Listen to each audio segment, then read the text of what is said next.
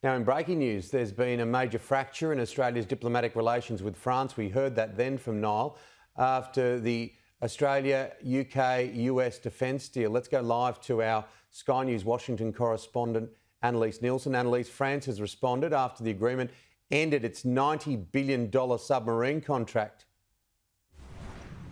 It has indeed, and this is the most dramatic escalation in their frustration yet. They've announced that they're withdrawing their ambassadors, not just from Australia, but also the United States. Now, this comes after they cancelled a big gala event in the United States that was planned to celebrate the French-US alliance, and their frustration is clearly showing no signs of abating. They've released a statement to the Associated Press where they describe why they've decided to do this. In it, it says, at the request of the President of the Republic, I have decided to immediately recall our two ambassadors to the United States and Australia to Paris for consultations.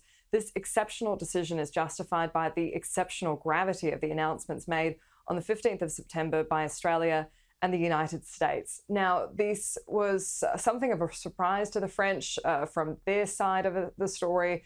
We know that the Prime Minister did call Emmanuel Macron, the French president, in the lead up to this announcement and said that there wasn't any specific issue with the submarines that were on their way to Australia, but they needed to have the best capability in the region, and they thought that that meant nuclear submarines, which are quieter, can last under the water for longer, and the new capability meant that they don't have to deal with the issues of getting nuclear fuel in and out of the submarines. They're pretty much sealed in that submarine for life, which is technology that wasn't available even a short time ago. But the French haven't taken it all too well. There were pretty extensive reports about the fact that the submarines were delayed, the costs were blowing out, there was problems with getting French workers to Australia to do very specific jobs that part of the original deal should have been done by Australians in any case. And so this is why there were some signs that things weren't going too well. But for the French, they seem to be quite shocked by all this, and they've been quite vocal with their criticism of the United States. This came up during the Osman meeting yesterday as our foreign minister and our defence minister met their counterparts.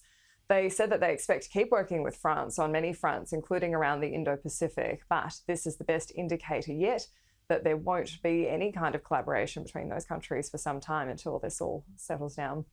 Yeah, it's interesting, isn't it? It's certainly going to get headlines. We're talking about it now, but really, what does it mean? It does have a little bit of throwing the toys out of the cot about it, doesn't it?